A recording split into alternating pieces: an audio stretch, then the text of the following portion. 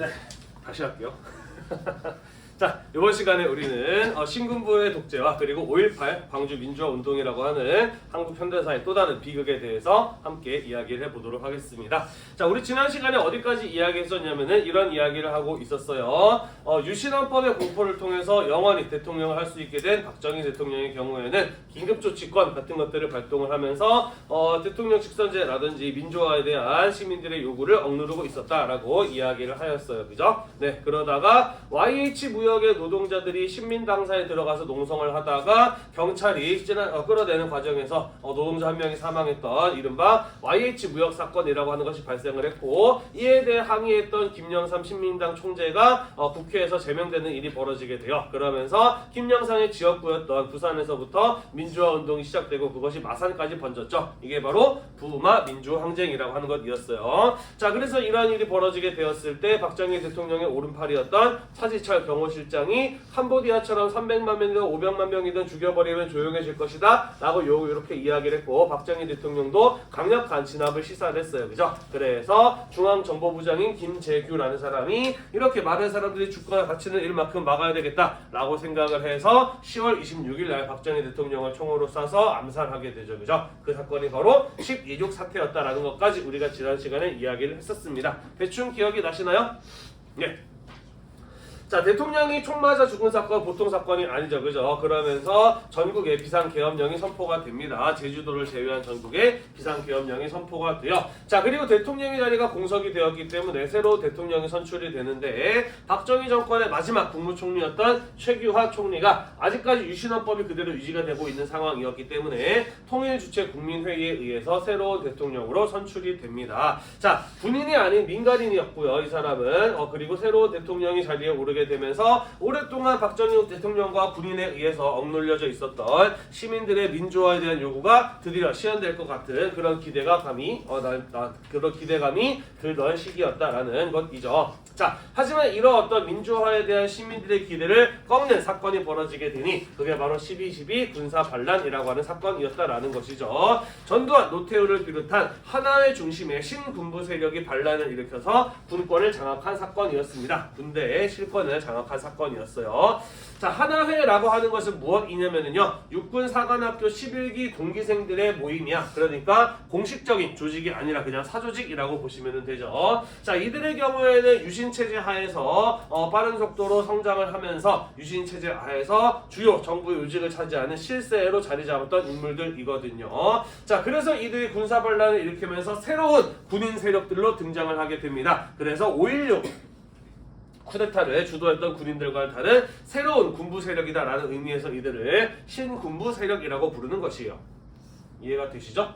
네, 그러면서 이들이 군권을 장악한 모습이 나타나게 되었다라는 거예요. 넘어갈게요.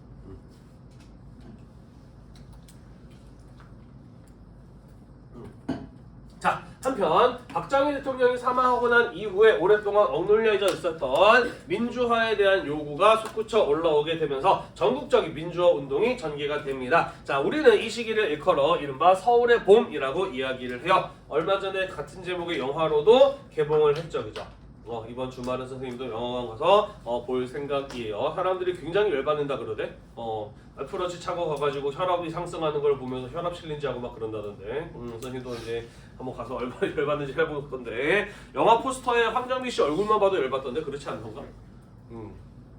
자, 아무튼 서울의 봄이라고 이야기돼요. 왜 서울의 봄이라고 이야기를 하느냐? 1968년에 체코슬로바키아에서의 대규모 민주화 운동이 있었거든요. 요걸 이제 프라하의 봄이라고 불렀었어. 그래서 요거에 빗대서 이 시기에 민주화 요구가 솟구쳐 올라왔던 시기를 가지고 우리는 서울의 봄이라고 이야기를 합니다. 자, 새롭게 군권을 장악했던 신군부와 맞서서 계엄령을 철폐할 것, 신군부가 물러날 것, 헌법을 개정할 것 같은 것들을 요구하였다라는 것이죠. 이 서울의 봄 시위가 절정에 올랐던 것은 5월 15일이었어요. 서울역 앞에 대학생과 시민 등 10만여 명이 집결하는 어마어마한 큰 집회가 서울에서 열렸다라는 것이죠. 여기 수많은 인파들이 모여있는 모습들을 볼 수가 있죠. 그죠? 자, 그러면서 비상계엄령을 해제할 것, 언론의 자유를 보장할 것 같은 것들을 요구하는 집회가 열렸다라는 것이에요. 자, 그러면서 민주화를 향한 시민들의 열망이 얼마나 강한가를 확인할 수 있었다라는 것이죠. 다만 이때 이제 이 시위를 주도하였었던 대학생들의 경우에는 때문에 이렇게 대규모의 집회가 계속 이루어지게 될 경우에는 질서를 바로잡는다라고 하는 것을 명분으로 신군부가 또 군대를 동원해서 시민들을 탄압하거나 할 수 있지 않을까라는 것을 우려했습니다. 그래서 학교로 돌아갈 것을 복귀하였다라는 것이에요. 자, 그래서 10만 명이나 모였던 시위가 해산되자 바로 신군부의 반격이 시작이 됩니다. 제주도를 포함한 전국 전체에 비상계엄령을 확대하게 되고요. 지금까지 민주화 운동을 주도해왔던 야당이라든지 시위의 주도자들을 체포하는 이른바 5.17 군부 쿠데타라고 하는 것을 일으켰다라는 것이죠. 자, 그러면서 박정희 대통령이 사망하고 난 이후에 민주화에 대한 기대 속에서 전개되었던 전국적인 민주화 운동은 이 신군부의 반격에 의해서 끝이 나게 되었다라는 것이에요. 그리고 우리가 영상에서 본 것처럼 북한이 쳐들어올 줄 모른다라고 하는 명분하에 이 전국의 비상계엄령이 내려지게 되고요. 시위를 주도했던 대학생들을 통제하기 위해서 군인들은 각 대학교에 배치가 되었다라는 것이죠. 그리고 전국 대학교의 휴교령도 내려지게 됩니다. 정치활동 일체 금지에 전국의 대학교의 휴교령이 내려지게 되고 집회와 시위 같은 것들이 금지되는 조치가 이루어지게 되었다라는 것이죠. 자, 그러면서 민주화 운동은 잠시 잦아들게 되었습니다만은 이러한 어떤 신군부의 탄압에 맞서서 끝까지 저항했던 곳이 있었어요. 거기가 바로 어디였냐면은 광주의 전남대였던 것이죠. 자, 전남대학교의 학생들이 비상계엄령의 확대와 대학교 휴교령에 맞서서 5월 18일 날 반대 시위를 열었습니다. 그러자 각 대학에 깔려 있었던 이 군인들이 대학생들의 이러한 요구를 무자비하게 진압하였다라는 것이죠. 아까 영상에서 봤죠, 그죠? 조금 젊은 사람이다 싶으면 군인들이 무조건 곤봉을 들고 들어가서 때리고, 그죠? 끌고 가고 하는 이런 모습들이 영상에서 나왔습니다, 그죠? 무자비한 진압과 구타가 이루어졌다라는 것입니다. 자, 그러면서 이때 시위에 참가했던 수많은 대학생들이 다치는 이런 불상사가 벌어지게 돼요. 자, 아무것도 안 하고 시위를 했는데 군인들이 막 이렇게 사람을 두드려 팬다? 당연히 광주의 시민들이 분노할 수밖에 없죠, 그죠? 그러면서 이러한 어떤 신군부의 무자비한 진압에 맞서서 대학생들뿐만 아니라 이에 분노했던 많은 광주 시민들이 함께 거리로 쏟아져 나와서 신군부에 대해 저항하는 시위가 집회가 열리게 되었다라는 것입니다. 자, 그러자 이번에 신군부의 경우에는 이 광주를 반드시 이제 진압하고 넘어가야 되겠다라는 이런 어떤 생각을 가졌던 모양이에요. 공수부대라고 하죠. 낙하산을 타고 내려가서 목표 지점에서 작전을 전개하는 우리나라 군대 중에서 정예부대가 바로 이 공수부대잖아요. 이 공수부대를 북한이 아니라 전방이 아니라 전라남도 광주에다가 투입을 하였다라는 것이죠. 그러면서 이들이 계엄군이 되면서 광주 시민들을 강경하게 진압해 나가기 시작을 하는 것이죠. 나아가서 광주에서 어떤 일이 벌어지고 있는지를 외부에 알리지 않기 위해서, 외부에서 모르게 만들기 위해서 광주로의 모든 교통을 통제하는 이런 모습들을 보이게 됐다는 거예요. 광주 시내외 밖으로 나가지 못하도록 철저하게 광주를 봉쇄하고 밀봉된 상태의 광주에서 강경한 진압이 이루어지게 되었다라는 것입니다. 아까 영상에서 봤죠, 그죠? 시청 앞에서 애국가가 흘러나오고 있을 때 계엄군의 경우에는 시민들을 향해서 총을 쏘기 시작을 합니다. 그것도 그냥 하늘을 향해서 겁을 주기 위해서 쏘는 것이 아니라 진짜로 사람들을 겨냥해서 쐈다라고 이야기를 했죠, 그죠? 자, 그러면서 수많은 시민들이 죽거나 다치는 일들이 벌어지게 되었다라는 것이고요. 이렇게 무자비한 진압을 하는 군인들과 맞서서 시민들도 무장을 할 필요성을 느끼게 됩니다. 그러면서 가까운 경찰서의 무기고 같은 것들을 습격을 해서 총을 꺼내고 무기를 탈취하고 저항을 하기 시작을 하죠. 우리나라 남자들은 전부 다 이제 군대를 갔다 오기 때문에 기본적으로 총 쏘는 법들은 다들 알고 있잖아요. 그래서 이런 사람들 무기를 탈취하고 시민군을 구성을 해서 계엄군과 직접 맞서는 모습을 보였다라는 겁니다. 자, 그러면서 시민군들이 전라남도 도청을 장악을 하고 여기를 중심으로 계속해서 무장 투쟁을 이어나갔다라는 것이에요. 자, 하지만 시민과 군인들이 총을 들고 서로를 쏴 죽이는 이런 상황은 보통 예사 상황이 아닌 거예요, 그죠? 자, 이런 것은 바람직하지도 않은 일이고 시민군들 입장에서도 사실 이것을 통해서 반드시 승리를 거둘 수 있다라고 하는 확신도 없는 상황이었던 것이죠. 네, 그래서 시민수습대책위원회가 구성이 되면서 시민들이 스스로 무기를 회수하고 정부에게 평화협상을 제안합니다만은 계엄군의 경우에는 이러한 제안을 완벽하게 무시를 하고 탱크와 헬기 등을 동원해서 전남도청을 공격을 하게 되죠. 자, 그러면서 또다시 수많은 사람들이 죽거나 다치게 되면서 결국 전남도청이 장악이 되고 계엄군에 의해서 5.18 광주 민주화 운동은 최종적으로는 진압이 되었다라는 것이에요. 네, 그 과정에서 어떤 일들이 있었는지 우리 아까 영상으로 다들 함께 봤습니다. 그죠? 넘어갈게요.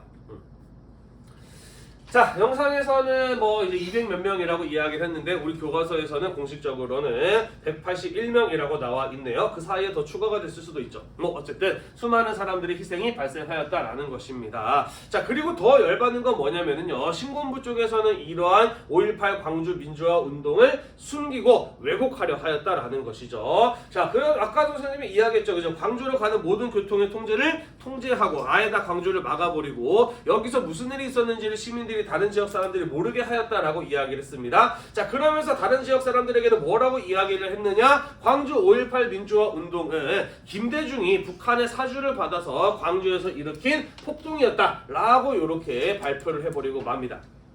실제로 김대중이 5.18 광주 민주화 운동과 연관이 있었느냐? 아니었어요. 이 사람은 계속 서울에 있었고 광주에 간 적도 없었어요. 하지만 이 군부 독재에 맞섰던 민주화 운동의 대표적인 인물이다 보니까 신군부 쪽에서 이 사람을 딱 찍어가지고 북한의 사주를 받아서 북한의 지시를 받아서 광주에서 폭동을 일으켰다라는 식으로 몰아갔다라는 것이죠. 자, 이 사건이 바로 김대중 내란 음모 사건이라고 하는 것이고요. 여기에서 이 김대중의 경우에는 재판 과정에서 결국 사형 선고까지 받았다가 나중에 풀려나는 이런 일을 경험하기도 합니다.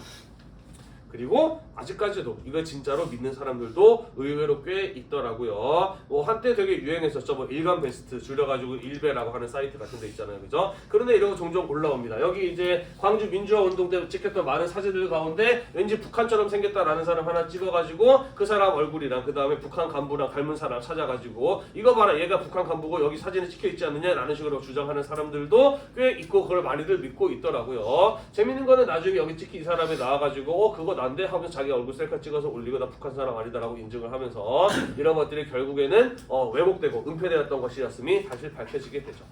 아직도 이렇게 믿는 사람들이 종종 있기는 하더라고요.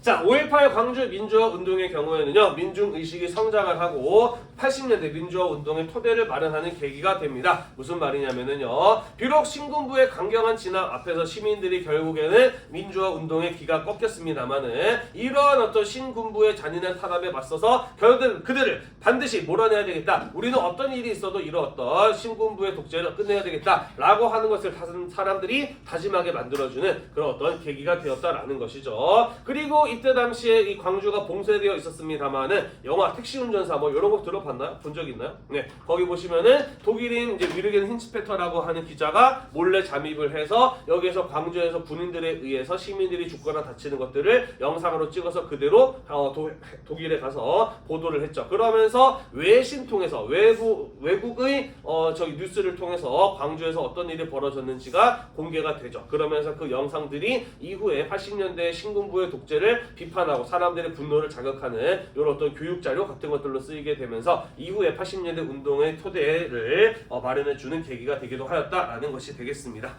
대충 이해가 되시죠? 자, 그리고 5.18 광주 민주화 운동을 계기로 반미 운동이 시작이 됩니다. 반미 운동이 뭔가요? 베트남 샌드위치 아니고요. 반미 운동이 뭐예요?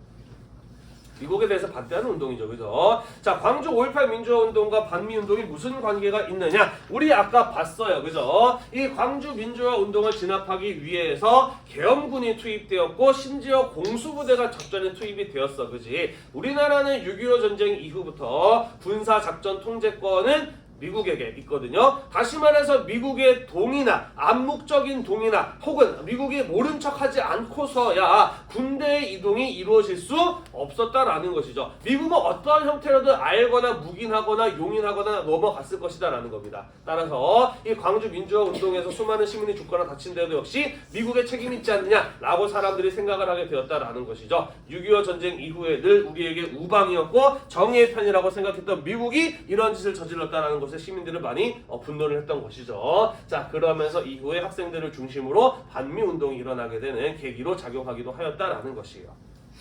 이해가 되시죠? 네, 그래서 동아시아사 시간에 잠깐 얘기한 적이 있습니다만은 뭐 베트남 사람들은 우리나라 사람들한테 너네 아직도 미국 식민지 아니냐라고 이렇게 이야기를 했을 때 아니다라고 얘기하기가 조금 망설여진다라는 이런 어떤 베트남 역사 연구하시는 교수님의 얘기를 들은 적이 있기도 합니다.